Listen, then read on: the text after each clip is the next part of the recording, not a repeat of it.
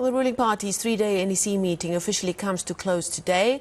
Between the Pala game farm saga, the continuous infighting, factionalism and divisions within the ANC, there's been numerous concerns about whether the party still holds a united front, especially since the ANC's elective conference is just around the corner. Now, President Cyril Ramaphosa is expected to give the closing address later today.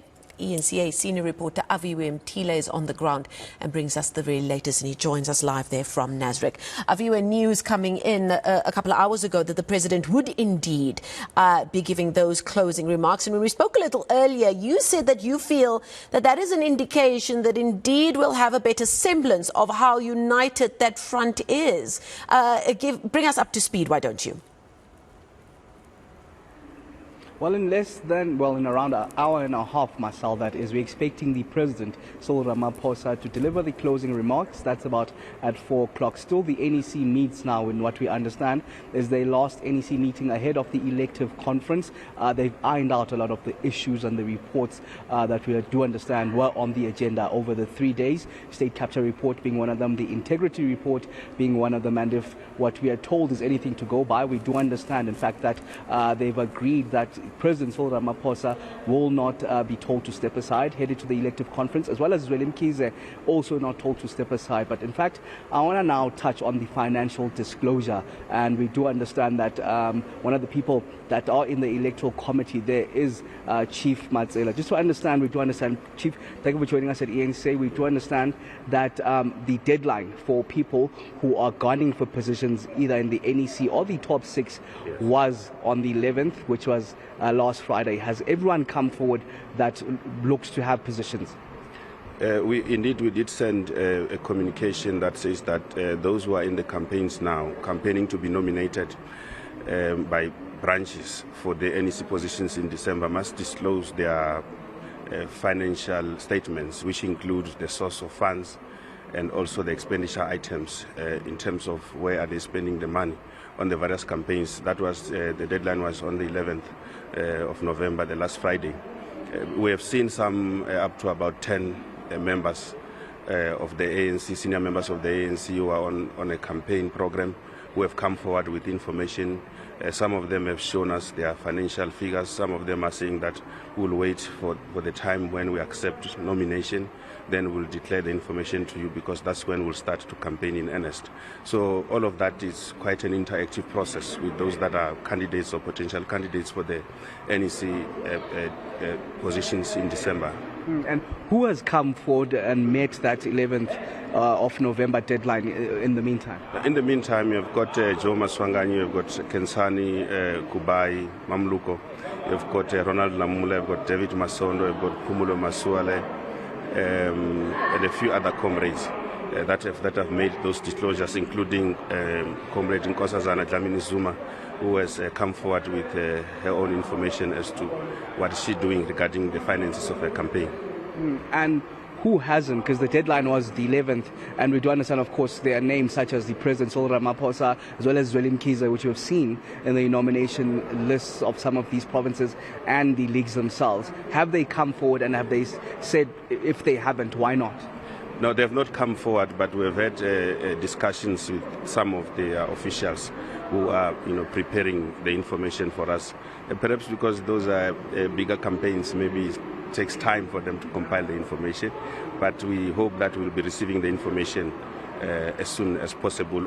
Obviously, there has been a request at the NEC meeting by some comrades that maybe the deadline should be extended a bit for people to really have a proper time and comfortable time to make the disclosures without pressure, which we think is a sensible request. So at the Electoral Committee, we might in the next coming days give an extension, because remember, this is not a punitive exercise.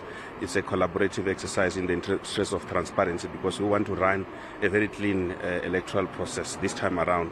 We want to avoid those allegations that happened after 2017, that some monies were used to buy votes. Because why do you want those financial disclosures? Is to make sure that we scrutinize the financial expenditure such that there is no payments to people who are branch delegates so that they can vote for certain candidates. And we want to ensure that those who are funding the campaigns are doing so in the interest of the ANC and the country. and they are not doing so with the view of dispensing patronage later, such that people who want to do business with the state will start to capture ANC leaders who are elected in December and then later on capture the state.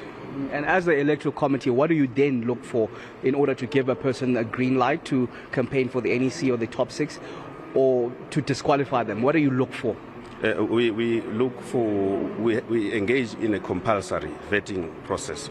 Once a candidate accepts nomination and we receive that form for acceptance, we then subject them through a thorough scrutiny in terms of the vetting process, where we look at the criminal records. If people have got criminal records where the jail sentence was more than 6 months, they are not allowed to be candidates at the conference.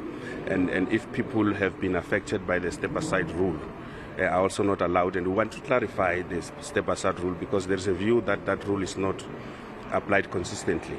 It is applied consistently in the sense that it only affects those members of the ANC who have got matters pending in court.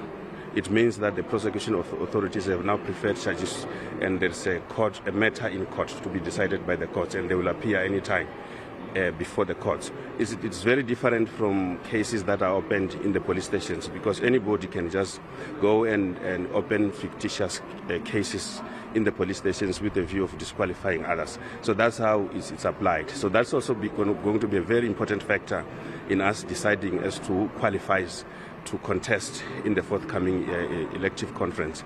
Then the other issue that we look at is the issue of the Integrity Commission, where the Integrity Commission issues a report with a recommendation that somebody must step aside.